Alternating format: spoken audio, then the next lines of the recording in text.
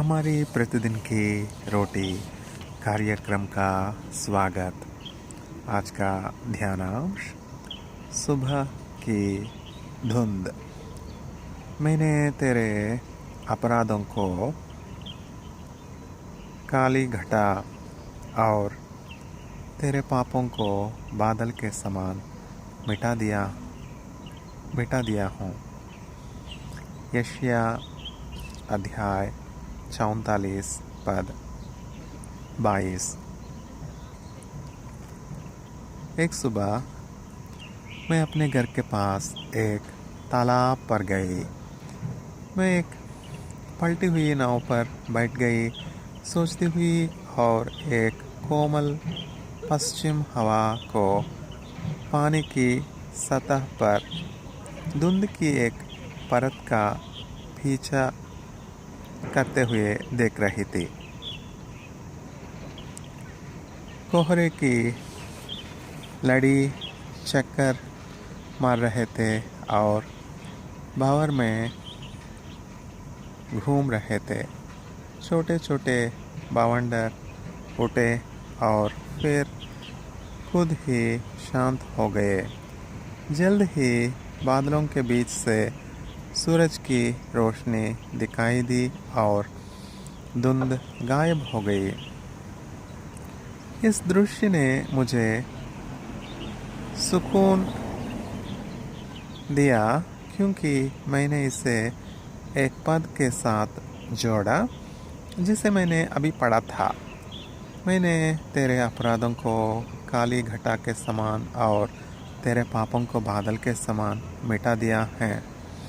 यशायाह अध्याय 44 पद 22। मैं उन पापपूर्ण विचारों की एक श्रृंखला से खुद का ध्यान हटाने के लिए, जिसमें मैं कई दिनों से फंसी हुई थी, उस स्थान पर गई थी। हालांकि मैं उन्हें कबूल कर रही थी, लेकिन मुझे आश्चर्य होने लगा कि क्या परमेश्वर मुझे माफ़ कर देगा जब मैंने उसी पाप को दोहराऊंगी। उस सुबह मुझे पता था कि जवाब हाँ था। अपने भविष्यवक्ता यशायाह के माध्यम से परमेश्वर ने इज़राइलियों पर अनुग्रह दिखाया जब वे मूर्ति पूजा की अविरत समस्या से जूझ रहे थे।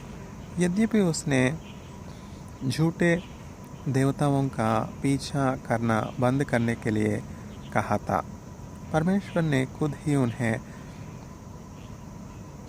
वापस भी आमंत्रित किया और कहा, तू मेरा दास है, मैंने तुझे रचा है, मैं तुझको न भूलूंगा। पद 21। मैं इस तरह क्षमा को पूरी तरह समझ नहीं सकती, लेकिन मैं समझती हूँ कि परमेश्वर का अनुग्रह ही एकमात्र ऐसी चीज़ है जो हमारे पाप को पूरी तरह से खत्म कर सकता है, हमें उससे चंगा कर सकता है।